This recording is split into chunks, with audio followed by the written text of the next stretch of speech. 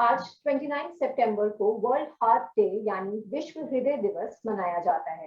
इस दिन का उद्देश्य लोगों को हृदय रोग के बारे में जागरूक करना है। हृदय रोगों के मरीजों की संख्या दुनिया भर में लगातार बढ़ती जा रही है और डॉक्टरों का मानना है कि कोरोना महामारी की वजह से दिल की बीमारी लोगों को ज्यादा नुकसान पहुंचा रही है। आज जागरण डायलॉग के इस सेशन पे हम बात करेंगे कि हृदय रोग जो होते हैं उसके क्या लक्षण होते हैं, क्या कारण होते हैं और उसके बचने के उपाय क्या होते हैं। नमस्कार, मैं हूँ Urvashi Kapoor, associate editor Jagran new media, और मेरे साथ है मेरे को host Subhashish Dutta, deputy editor with Jagran new media, और दो खास मेहमान जिनका मैं परिचय कराना चाहूंगी। So we have with us Dr. Ritvik Raj Guyan. He is Director, Cardiothoracic Vascular Surgery, Fortis Escorts Heart Institute, Pokhara, New Delhi. Sir, आपका बहुत-बहुत स्वागत है। नमस्कार। और हमारे दूसरे एक्सपर्ट है doctor Rajneesh Sardana. He is Senior Consultant Electrophysiology, Fortis Hospital, Vasant Kunj, New Delhi. Sir, आपका भी बहुत-बहुत स्वागत है। समय को जाया ना करते हुए हम सवालों का सिलसिला शुरू करते हैं। मेरा पहला सवाल डॉक्टर ऋत्विक आपसे है कि हमने देखा कि कोरोना महामारी के दौरान अभी भी काफी लोग कोरोना से जूझ रहे हैं। ऐसे में लोगों को हृदय संबंधी समस्याएं काफी बढ़ गई हैं। काफी लोगों को हमने सुना कि हार्ट रिलेटेड एलिमेंट्स नहीं है। तो ऐसे में सवाल मेरा ये है कि सर, क्या रिस्क फैक्टर्स हैं, अगर हम रिलेट करें कोविड-19 को, तो क्या रिस्क फैक्टर्स हैं हार्ट डिजीज से एसोसिएटेड? आप हमारे दर्शकों को बताएं। धन्यवाद। तो कोविड महामारी ने काफी लोगों को जान लिए हैं पूरा दुनिया भर में पिछले 2 साल में। मैं ये कहूँगा कि कोविड ये जो वायरस की ये जो संक्रमण है, ये शायद डायरेक्टली हार्ट को अफेक्ट नहीं करते थे, बट बहुत सारे रिपोर्ट्स ऐसे आए थे और स्पेशली फर्स्ट वेव में हमने देखा था कि बहुत लोगों की जान कोविड महामारी के साथ हार्ट अटैक होके भी हुआ था, पर उसका डायरेक्टली कोई हम रिलेशन एस्टेब्लिश नहीं कर पाए थे initially in the initial first phase. But जैसे जैसे हम इस डिजीज को, इस बीमारी को ज्यादा पढ़ पाए और ज्यादा जान पाए, तो ये साबित होते आया था कि ये डेफिनेटली कोविड महामारी हमारा जो खून की जो नली है, जो हार्ट आर्टरीज है, उसमें क्लॉट फॉर्मेशन कराने की काम करते हैं। मतलब it increases the chance of clotting inside the heart arteries, और इससे हार्ट अटैक की चांसेस थोड़ा बढ़ जाते थे।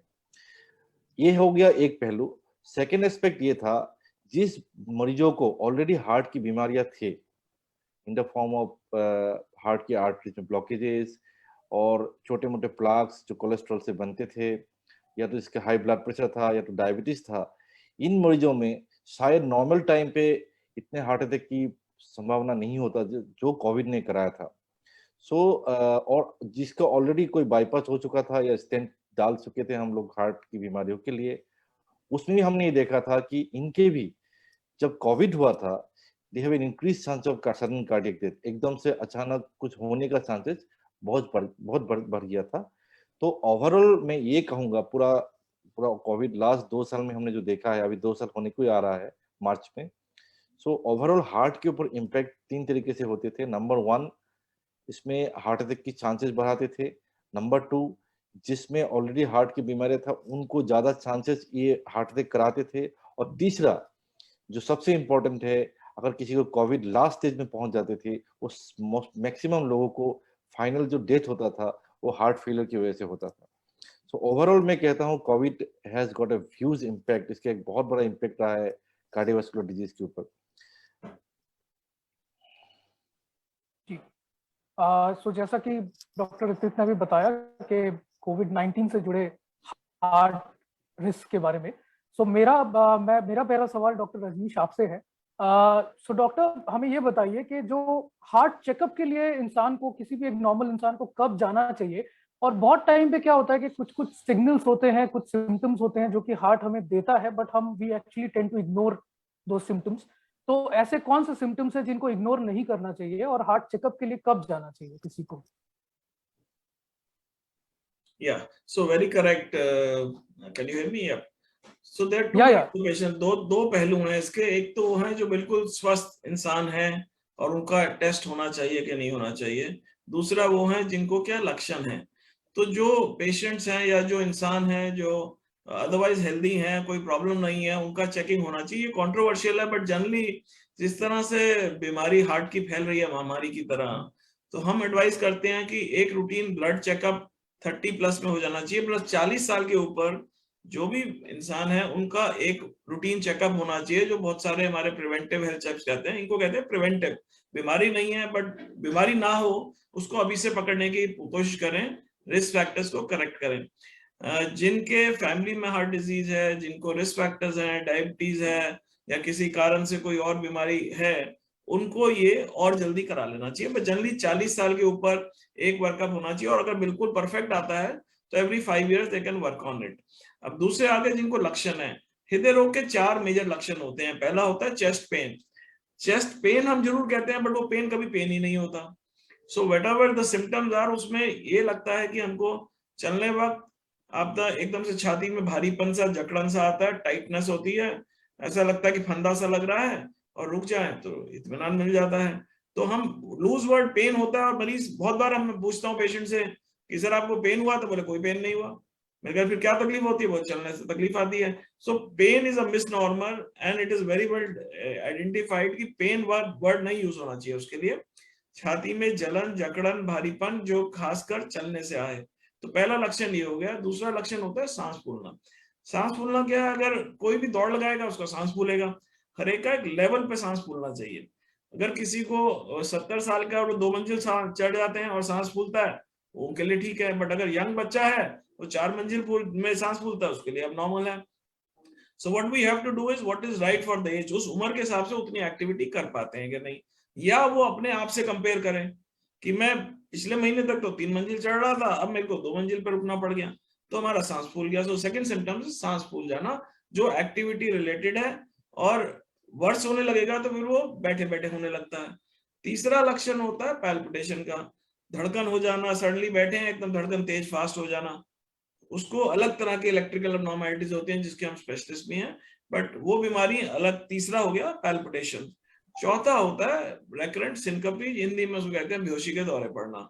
जो बेहोशी के दौरे पड़ते हैं वो भी हार्ट से रिलेटेड होते हैं, ब्रेन से रिलेटेड नहीं होते हैं, क्योंकि हार्ट को ब्लड भेजना है ब्रेन को। अगर ब्रेन को ब्लड नहीं मिलता अगर 3, 5, 7 सेकंड का, तो इंसान बेहोश हो जाता है, बेहोशी के दौरा आता है, गिरता है, ब्लड जाने लग जाता है, होश आ जाता है। और इनवेरिएबली ये मरीज ज्यादातर न्यूरोलॉजिस्ट ब्रेन के पास चले जाते हैं, और एमआरआई टेस्ट और ईजी सब होते रहते हैं जो व्यर्थ होते हैं। तो 4 मोटे मोटे लक्षण है। सिर्फ जो बच्चों की कंजेनाइटल डिजीज होते हैं उनके लक्षण अलग होते हैं। नीलापन हो जाना, उनको फर्स्ट ईयर ऑफ लाइफ में शकल नहीं कर पाना, दूध पीने में पसीना आना, वो बचपन की अलग बीमारी है, जो कि आइडियली फर्स्ट 5 years और फर्स्ट ईयर ऑफ लाइफ में एक इको होना चाहिए कार्डियोलॉजिस्ट को कि हाँ बच्चे को कोई हार्ट में होल नहीं है। अभी भी हमारे देश में कई लोग 60 साल में आके होल पकड़ा जाता है हार्ट में, which is unusual in the western world, but ऐसा अभी भी मरीज आते हैं। और doctor Ritvik must have operated on some patients जो कि पहली बार उनको पता ही नहीं था 60-65 साल की उम्र में होल इन द हार्ट पकड़ा में आया। सो ये 4 मोटे मोटे लक्षण है जो आपका सवाल था। I would have answered that. So काफी सरल भाषा में डॉक्टर रजनीश ने हमें बताया कि कैसे कौन से साइंस एंड सिम्टम्स है that one should look out for, और कब आपको अपने हार्ट का चेकअप कराना चाहिए। मिलता जुलता सवाल है मेरा डॉक्टर ऋत्विक आपसे कि हमने नोटिस किया है, इनफैक्ट काफी हमने खबरों में भी पढ़ा है कि काफी यंगर जनरेशन के जो लोग हैं उनमें हार्ट डिजीजेस सुनने में आ रहे हैं, या उनका हार्ट फेलियर की खबरें हम सुन रहे हैं। तो क्या रीजन हो सकता है इसके पीछे? आई मीन आप एक्सपर्ट हैं, आप हमें बताएं कि ऐसा क्यों होता है और इससे कैसे बचा जा सकता है। क्या बहुत ही पर्टिनेंट और बहुत ही ये रिलेवेंट आपने एक सवाल पूछा मिस उर्वशी। सो इसमें बहुत इंपॉर्टेंट और फर्स्ट लाइन मेरा ये रहेगा कि हमारा हिंदुस्तानी होना ही एक बहुत बड़ा रिस्क फैक्टर है। Being an Indian is the highest and greatest risk factor to have a heart disease in a young generation. तो ये बहुत ही important message है सबके लिए कि by virtue of being an Indian, we have a higher tendency of getting a heart disease at a very young age. Because Dr. Sadhana will also agree with me, sir भी agree करेगा इस चीज को कि जब हम practice में आए थे 20 साल पहले या trainings में थे, हम बहुत rarely देखते थे कि कोई मरीजों को 20 साल में हार्ट अटैक हो रहा हो या 30 साल में हार्ट अटैक हो रहा हो, किसी को स्टैंड पड़ रहा हो। मैं तो ऐसे भी मरीज देखा हूं कि उसका उस दिन शादी था, 25 साल का लड़का, वो शादी के मंडप में उसको हार्ट अटैक हो गया and he has to rush to the hospital to put a stent. इस टाइप की कहानियां शायद बहुत कम दुनिया बाकी देशों में हो रहा होगा कि जो हमारा देश में हो रहा है। सो एक इंडियन हार्ट एसोसिएशन की बहुत बड़ा बहुत शॉकिंग एक जो रिपोर्ट्स आया है 2017 में कि हिंदुस्तान में जो भी मरीज 100 अगर हार्ट अटैक हो रहा है, 100 मरीजों का हार्ट अटैक हो रहा है, उसमें 50% लोगों की उम्र जो है 50 साल की कम को हो रहा है। तो that's a very very shocking fact, because 50 साल के नीचे लोगों के सबसे फॉर्मेटिव ईयर्स होते हैं, सारा रिस्पॉन्सिबिलिटी रहती है, सारे काम करना, पूरा फैमिली को आगे लेके जाना होता है, बच्चे छोटे छोटे होते हैं। So all the things are at that prime stage of their life. And मुझसे भी शॉकिंग ये है कि around 30 to 40% of our heart attacks are now happening even below the age of 40 years। मतलब 40 साल के भी नीचे की लोगों की भी हार्ट अटैक की संख्या काफी बढ़ चुका है। अब सवाल आते हैं क्यों। ये सारे world heart organisation, American heart association, ACC, सबका ये कहना है, जितने बड़े बड़े ऑर्गेनाइजेशन है including our own society Indian heart association, की हिंदुस्तानी को, इंडियंस को हार्ट डिजीज का प्रीडिस्पोजिशन जल्दी हो जाते हैं। So we become more genetically predisposed to develop heart disease. तो उसके दो इंपॉर्टेंट पहलू निकाल के आती है, एक हम लोग डायबिटीज बहुत जल्दी पकड़ लेते हैं हमें, और सेकेंडली हाई ब्लड प्रेशर बहुत जल्दी पकड़ लेते हैं, और उस पकड़ने के बाद भी हम उसको इलाज नहीं कराते हैं। सो बेसिकली डायग्नोसिस होने के बाद भी हम बहुत दिनों के लिए उसको इग्नोर करते हैं, या तो आयुर्वेदिक चूर्ण खाएंगे, या तो कुछ करते रहेंगे, या तो फिर भी लाइफ स्टाइल को ठीक नहीं करेंगे। So I think as a nation also, for the young generation also, मैं ये कहूंगा कि हम लोग बहुत लापरवाही करते हैं अपने हेल्थ के लेके। That is also increasing the curve slowly and slowly. Plus definitely lack of physical activity बहुत कम करते हैं हम यंग जनरेशन में, पढ़ाई में ज्यादा ध्यान देते हैं, कॉम्पिटिटिव एग्जाम्स के लिए स्ट्रेस होते हैं, बहुत सारी चीजें हैं जो यंग जनरेशन में काफी है। बाय द टाइम हम लोग 30s के होते हैं, अपने ऊपर स्ट्रेस बहुत ज्यादा आ चुके होते हैं। तो इसलिए तो मेरे कहने के मतलब है कि we develop the risk factors of heart disease very soon. जो रिस्क फैक्टर्स होते हैं, डायबिटीज हो गया, हाई ब्लड प्रेशर हो गया, कोलेस्ट्रॉल हो गया, ओबेसिटी हो गया, मोटापा आ गया, ये सारे चीजें जो है हम लोग बहुत जल्दी एक्वायर कर लेते हैं, बहुत जल्दी इनको ले लेते हैं, जिसके कारण हमें हार्ट डिजीज एक अर्ली स्टेज में होने की संभावना ज्यादा होता है। और एक इम्पोर्टेंट एस्पेक्ट जो डॉक्टर सर्जना ने भी अभी जिक्र किया था कि जेनेटिक प्रीडिस्पोजिशन, जो हमारा माता पिता किसी की अगर ये लाइनेज, फैमिली लाइनेज में किसी को भी हार्ट डिजीज होते हैं, so it is called the CAD, coronary artery disease in young. तो इस बीमारी में हमने ये देखा है कि बहुत डिफ्यूज डिजीज होते हैं, बहुत छोटे छोटे आर्टरीज में भी जाके बीमारी हो जाते हैं, जिसकी इलाज के लिए भी बहुत दिक्कत होती है, स्टेंट नहीं डाला जाता है, बाईपास करना पड़ता है। हमने 20 साल के मरीजों को, 25 साल के मरीजों को बाईपास सर्जरी जैसे बड़ा ऑपरेशन करना पड़ रहा था बिकॉज ऑफ दिस डिजीज। अभी रिसेंटली आपने सुना था Siddharth Shukla, he died of a massive heart attack, sudden cardiac death. So these are the examples only because they are big Bollywood persons and they have got a glittering life. That's why ये सब news में आ रहा है। लेकिन अगर hospital की senior में आप देखेंगे आके अपना इमरजेंसी में, एटलीस्ट 2 या 3 आप मरीज डेली मिलेंगे जो हमारे पास हार्ट अटैक लेके आते हैं। सो मेरा मैसेज तो ये रहेगा कि अच्छा, secondly last thing I would like to say, because of the covid pandemic, ये जो पेंडेमिक हुआ है 2 साल में, इसमें हम लोगों ने क्या किया कि अपने स्ट्रेस और दुगना कर लिया। एक तो हम बोल रहे हैं कि we are working from home, but उसी टाइम पे सपोज हम 8 घंटा काम करते हैं, आप कंपनी हमसे 10 घंटा काम करा रहे हैं, 30% ऑफ द वर्कर्स, 30% जो वर्कर्स होते हैं आईटी इंडस्ट्रीज के होते हैं, उनकी 90% ऑफिस यूएस या यूरोप बेस्ड होते हैं। तो उनका स्लीप साइकिल इज डिफरेंट, वो रात को काम करते हैं जाग जाग के, तो सोना नहीं पड़ता है, दिन में फिर घर का काम रहता है। सो एंड उस टाइम पे कॉफी, चाय, सिगरेट सब कुछ चलते हैं, बैठा रहता है, कुछ नहीं करता है, सेडेंटरी लाइफ हो जा रहा है, और ये सोच रहे हैं कि पैंडेमिक खत्म होगा मैं एक्सरसाइज करूंगा। एनी पेशेंट, मेरे पास जो भी मरीज आ रहे हैं, यंग पेशेंट आ रहे हैं, किसी को भी पूछिए आप क्या कर रहे हैं, सर आजकल मैं चल नहीं रहा हूँ, क्यों, बाहर कोविड है, कोविड खत्म होगा मैं चलना शुरू करूंगा। तो उसी चक्कर में सबने 10 से 15 किलो वजन बढ़ा ली है, किसने डायबिटीज डेवलप कर लिया, जो डायबिटीज की ऑलरेडी एक्सरसाइज कर रहा था करना बंद कर दिया है। So all this together as a pandemic, again I would say कि it is a huge stress on the people, जिसका कोलेस्ट्रॉल बढ़ चुका है, डायबिटीज बढ़ चुका है, ब्लड प्रेशर बढ़ चुका है। सो ये जो स्ट्रेस है पेंडेमिक की, these are indirect effects on the heart. So overall मैं कहूंगा कि young generation is the greatest risk. So हमें ये मैसेज देना चाहिए सबके लिए। सो मेरे यंग जनरेशन के जो लोग हैं ये देख रहे होंगे कि please please please at least 150 minute के लिए मॉडरेट टाइप ऑफ एक्सरसाइज एक हफ्ते में करना चाहिए, या तो बहुत vigorous activity at least 60 minutes to 75 minutes per week करना चाहिए आपको, so to take care of your heart. Thank you doctor Ritvik, आपने बहुत ही अच्छे से बताया एंड इनफैक्ट बहुत डिटेल तरीके से बताया कि कैसे इन रिस्क को कम कर सकते हैं। सो डॉक्टर रजनीश, मैं आपके पास वापस आना चाहूंगा। आपने अपने पहले सवाल के जवाब में बताया था कि फैमिली हिस्ट्री कितना इम्पोर्टेंट रोल प्ले करता है हार्ट डिजीज में। अभी डॉक्टर ऋत्विक ने भी उसी चीज पे बताया। तो मैं थोड़ा सा डॉक्टर रजनीश आपसे डिटेल में जानना चाहूंगा कि कौन कौन सी ऐसी मतलब फैमिली हिस्ट्री में चीजें होती हैं जो कि लोगों को इग्नोर नहीं करनी चाहिए, थोड़ा सा डिटेल में बताइए इस बारे में। हर एक तरह की बीमारियों में कुछ ना कुछ जेनेटिक्स का रोल रहता है। जैसे कई लोगों को मोटापा है तो वो जेनेटिकली, आप पूछें कि आप क्यों इतने मोटे, बोले मैं कुछ नहीं खाता, तो हम पूछते हैं भाई आपके माता पिता भी मोटे थे क्या? सो बोले हाँ मेरे दोनों पेरेंट्स बहुत मोटे हैं। So you will see familial. So there is difference between genetics, racial. Doctor Ritvik ने रेशियल को बहुत टच करा। इज राइट, एशियंस में हार्ट डिजीज ज्यादा है, कॉकेशियंस में कम है। कई ऐसी कंट्रीज हैं जहाँ पे वो वाइन पीते हैं, वहां पे फ्रांस में हार्ट डिजीज कम है, वो स्मोक करते हैं फिर भी कम है, जापान में कम है। So there is a racial pattern to it. Number 2 is the genetics and then there is familial. Familial है कि फैमिली में रन करती हैं, कई हार्ट की डिजीज होती हैं जैसे हाइपरट्रॉफ कार्डियोमायोपैथी है, तो वो किसी की फैमिली में अगर होती है तो उनके हमको बच्चों को भी स्क्रीन करना पड़ता है, किसी के अडल्ट में आ रही है तो उनके भाई बहन को भी स्क्रीन करना पड़ता है। So they are controlled by the genes and it is helping. It is basically transmitted through the genes. Family history में हार्ट डिजीज के लिए जो ज्यादातर हम हार्ट डिजीज को मेंशन करते हैं, सो 90% फोकस हमारा कोरोनरी आर्टरी डिजीज पे जाता है, जिसमें कि खून की नसों में, ध्वनियों में ब्लॉक बन जाता है, क्लॉट बन जाते हैं और वो हार्ट अटैक हो जाता है और वो ही जानलेवा हो जाता है। सो जिनकी फैमिलीज में हार्ट डिजीज होती है उनमें देखा गया है कि उनके यंगर जनरेशन में भी हार्ट डिजीज जल्दी आ जाती है।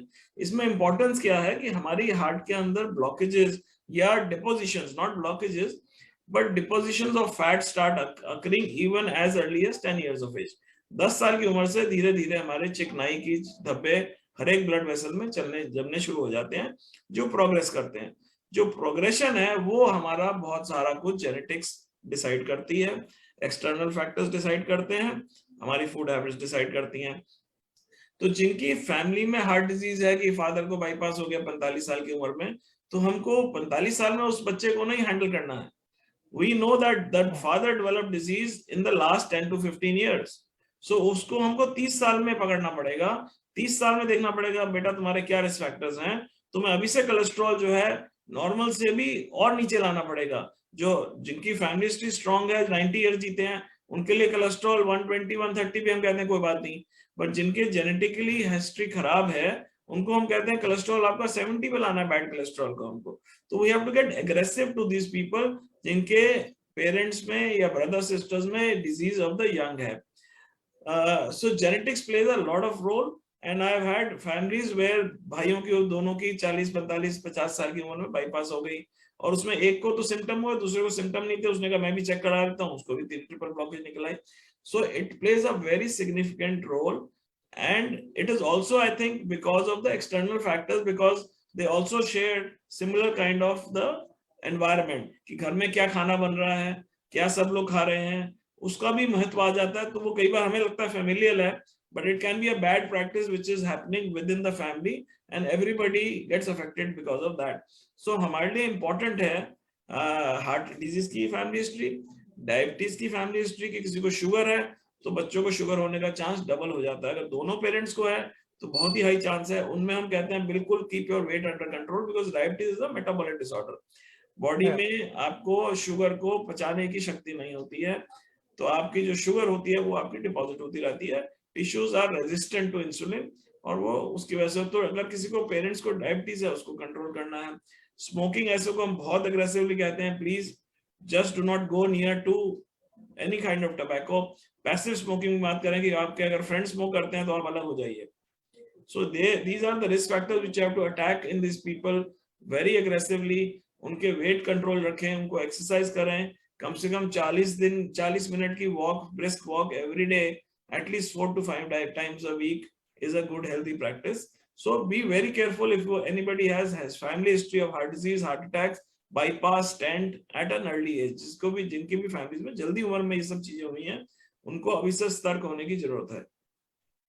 जी, so डॉक्टर रजनीश ने काफी अच्छे से बताया कि how family history plays a role in developing heart disease later in later life, और आपको किन बातों का ध्यान रखना है डॉक्टर रजनीश ने हमें बताया।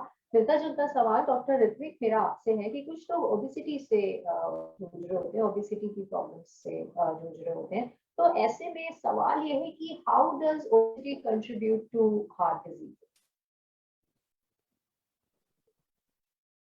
तो ये एक बहुत ही इम्पोर्टेंट एस्पेक्ट है, बिकॉज ये ओबेसिटी जो है, मोटापा जो है, ये एक बहुत बड़ी भयानक सी बीमारी है जो एज ए होल एक बंदे को emotionally, socially, mentally and physically चारों तरीके से घेर लेते हैं।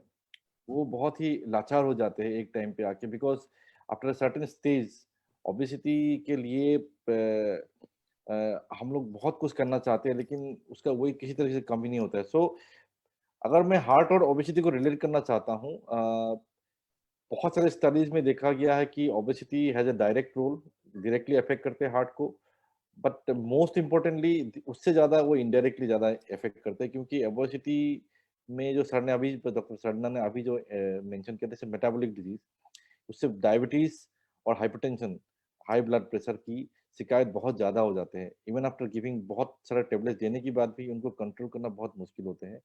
सो ओवरऑल जो ओबेसिटी, जो मोटापा है, उसका जो फैट्स है, वो शरीर की धमनियों के अंदर, हार्ट की धमनियों के अंदर इन्फ्लेमेशन करता है, धीरे धीरे कोलेस्ट्रॉल को डिपोजिट्स को बढ़ाता है, और मोस्ट इम्पोर्टेंटली ये इनडायरेक्टली अफेक्ट करता है, क्योंकि डायबिटीज और हाइपरटेंशन जो इसके साथ रिलेटेड है वो अनकंट्रोल हो चुके होते हैं।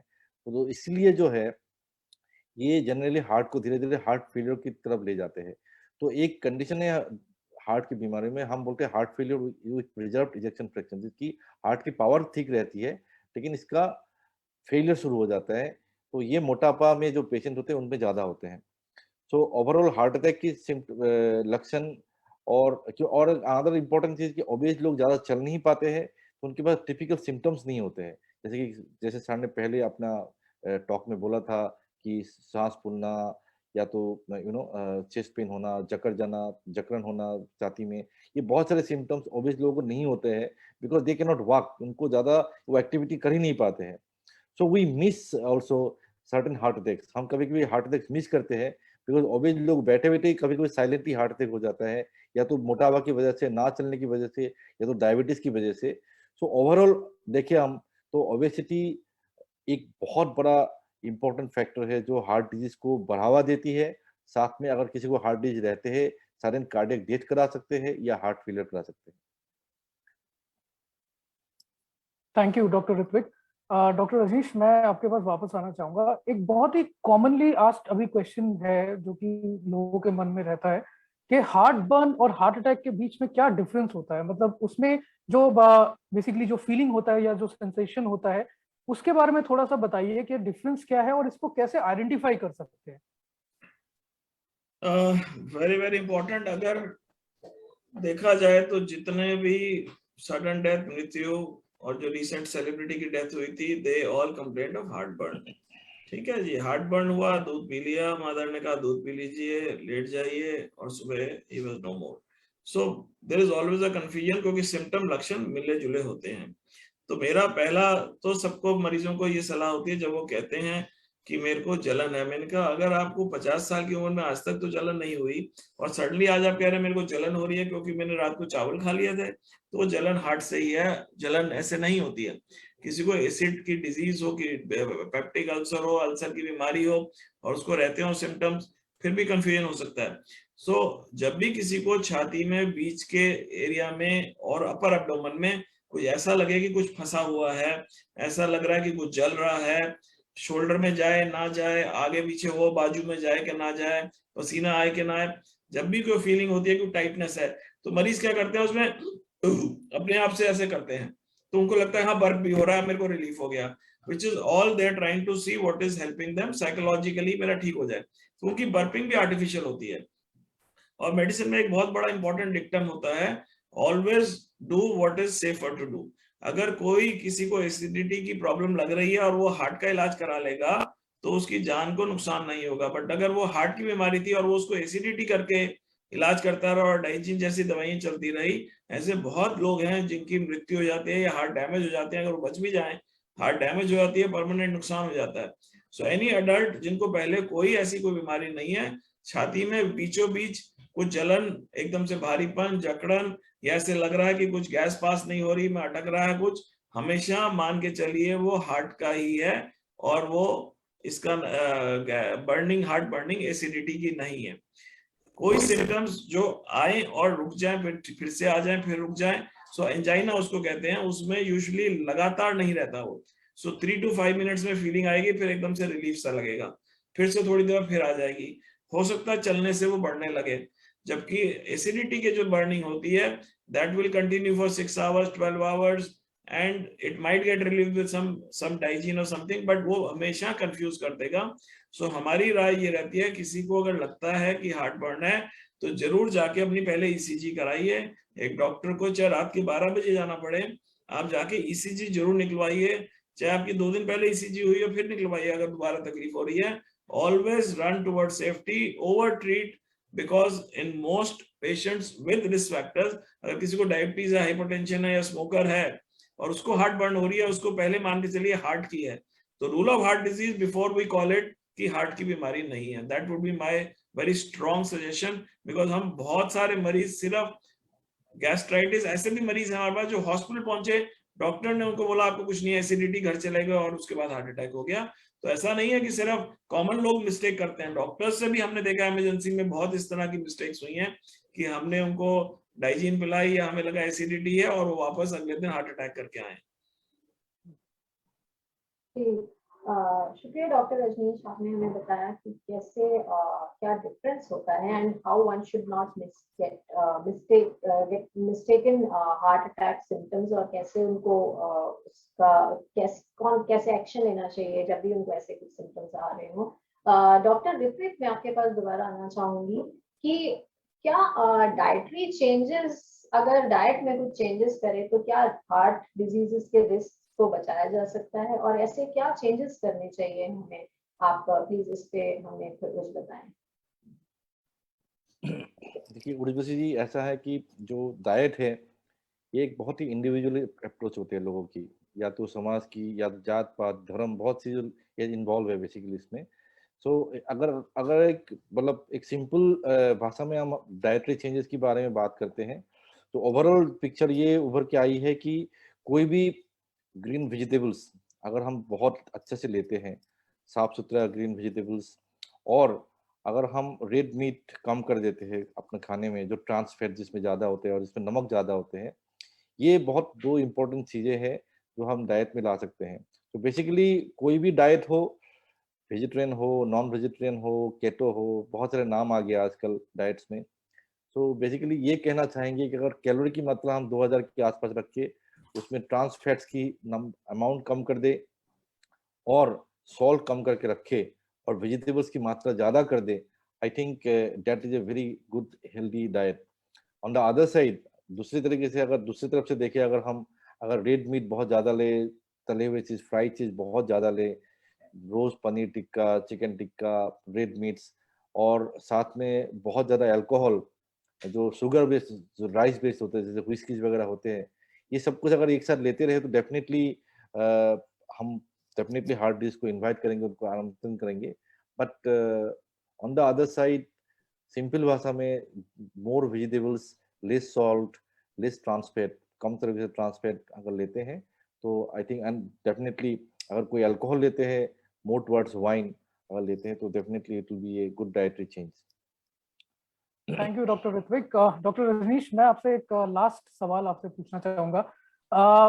आपने अभी कोलेस्ट्रॉल के बारे में थोड़ा बताया था कि क्या कोलेस्ट्रॉल का कितना इफेक्ट होता है हार्ट डिजीजेस पे। तो हमें ये बताइए कि कोलेस्ट्रॉल को मैनेज करने का सबसे अच्छा तरीका क्या हो सकता है? Very important. आई थिंक पहली बात लोगों को ये समझना चाहिए, कोलेस्ट्रॉल जो है रिस्क फैक्टर है और लॉन्ग टर्म प्लेयर है। तो लॉन्ग टर्म प्लेयर का मतलब ये है कि अगर हम उसको कंट्रोल में रखना चाहते हैं तो उसको सालों साल और दशाई दशाई control decades over the decades होगा। हम मरीज को कहते हैं कोलेस्ट्रॉल हाई है, 2 महीने दवाई खाते हैं, वो छोड़ देते हैं, फिर आके बोले भी आपने दवाई, बोले हाँ 2 महीने खाई थी ठीक हो गया। तो मैंने कहा 2 महीने से तो आपका कोलेस्ट्रॉल जिंदगी में, अगर आप इट इज सिमिलर कि मैंने 2 महीने सिगरेट छोड़ दी थी, उसके बाद तो मैंने फिर से पीने लगे। तो आपका कोलेस्ट्रॉल नीचे रखना है हमें, उसको कैसे नीचे रखना है, that is the important thing. So पहली बात यह है कि हमारा जो कोलेस्ट्रॉल है, 2 उसके कंपोनेंट्स हैं। एक है डाइटरी कोलेस्ट्रॉल, जो हम खाते हैं उससे कोलेस्ट्रॉल बॉडी में जाता है। दूसरा है कि बॉडी में लिवर कोलेस्ट्रॉल बनाता है, because cholesterol is required by the body in various cells की इंटीग्रिटी के लिए, हार्मोन्स के लिए कोलेस्ट्रॉल की रिक्वायरमेंट है।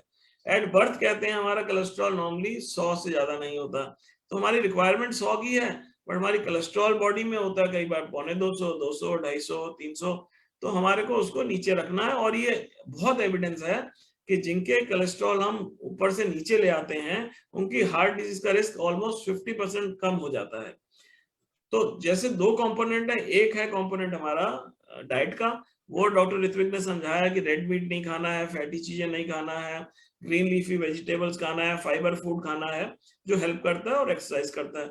दूसरा है जो हमारा जेनेटिकली है, फैमिली में ही किसी का कोलेस्ट्रॉल, मदर का भी हाई था, मेरा बेटे का भी हाई है, so it is either through one of the parents, father या मदर, और ब्रदर्स में सबका है, और सडनली उनके कोलेस्ट्रॉल फिनोमिनली हाई होते हैं। तो नॉर्मली हम कहते हैं कि 220 है, उनके निकलेंगे 350, 400। उसमें diet can only bring it down to a certain degree. Diet का रोल है, हम ये नहीं कहते डाइट का रोल नहीं है, बट बहुत अच्छी दवाइयां आजकल अवेलेबल हैं जो लिवर के कोलेस्ट्रॉल जो बनाने का प्रोसेस है उसको वो ब्लॉक कर देती हैं। बट वो जब तक दवाई चलती है वो ब्लॉक रहता है, तो कोलेस्ट्रॉल नहीं बनाता लिवर, जैसे वो दवाई छोड़ते हैं फिर बनाने लग जाता है। So very good effective medicine are available. There are 3 kinds of cholesterol. One is called good cholesterol, one is bad cholesterol, and third is triglyceride. So bad cholesterol तो हिंदुस्तानी को ज्यादा होता है, good cholesterol जो होता है वो हिंदुस्तानी में लो होता है, इसको HDL कहते हैं। वो बहुत हद तक जेनेटिक कंट्रोल्ड है, जेनेटिकली, और वो हम कितना भी कुछ दवाइयां दे दें, क्या कर लें, बहुत ज्यादा ऊपर नीचे नहीं होता। एक्सरसाइज का रोल है उसमें। तीसरा होता है ट्राइग्लिसराइड्स, जो जिसमें ये क्या हमने मीठा खाया, शुगर कंट्रोल खाए है कि नहीं है, थायराइड की बीमारी तो नहीं है, उसको हम मॉडिफाई करते हैं। सो 3 pronged अटैक है, diet, exercise and medication. But medicine जो अगर डॉक्टर रिकमेंड करता है, they have to be taken over a long term period, almost endlessly, and the targets are also different, which means कि एक जिसको heart बीमारी नहीं है उसके लिए अलग हम चाहते हैं किस लेवल पे लाना है, जिसको हार्ट बीमारी नहीं है बट रिस्क फैक्टर्स हैं उसके लिए हम अलग टारगेट लेते हैं, लाइक डायबिटीज। जिनको बाईपास हो गया, स्टेंट है, उनके लिए टारगेट और नीचे आ जाता है। तो अलग हर एक इंडिविजुअल का अलग अलग हम टारगेट लेते हैं, depending on their what is called 10-year risk of having heart attack. एक स्कोर है जिससे हमें पता चलता है कि किसको किस रिस्क में, हाई जोन में आ रहा है, मिड में आ रहा है कि लो रिस्क में आ रहा है, उसके हिसाब से उतना एग्रेसिवली इसको ट्रीट करना चाहिए। थैंक यू डॉक्टर रजनीश, बहुत ही सिंप्लीफाइड वे में आपने बताया हमें। सवाल हमारे पास बहुत है लेकिन समय हमारे पास लिमिटेड है, तो इसी के लिए हम आज का ये सेशन यहीं पे वाइंड अप करना चाहेंगे। हमारे दोनों experts doctor Rajneesh and doctor Ritvik, आप दोनों का बहुत बहुत शुक्रिया हमारे साथ जुड़ने के लिए और हमारे दर्शकों के सवालों का जवाब देने के लिए। जागरण डायलॉग का ये एपिसोड दैनिक जागरण के फेसबुक पेज पर अवेलेबल है और साथ ही में कुछ ही देर में दैनिक जागरण के यूट्यूब चैनल पर भी ये अवेलेबल होगा। आज के लिए बस इतना ही। हम नेक्स्ट वेडनेसडे फिर मिलेंगे आपसे एक नए हेल्थ टॉपिक के साथ। तब तक के लिए शुक्रिया। नमस्कार। नमस्कार, थैंक यू।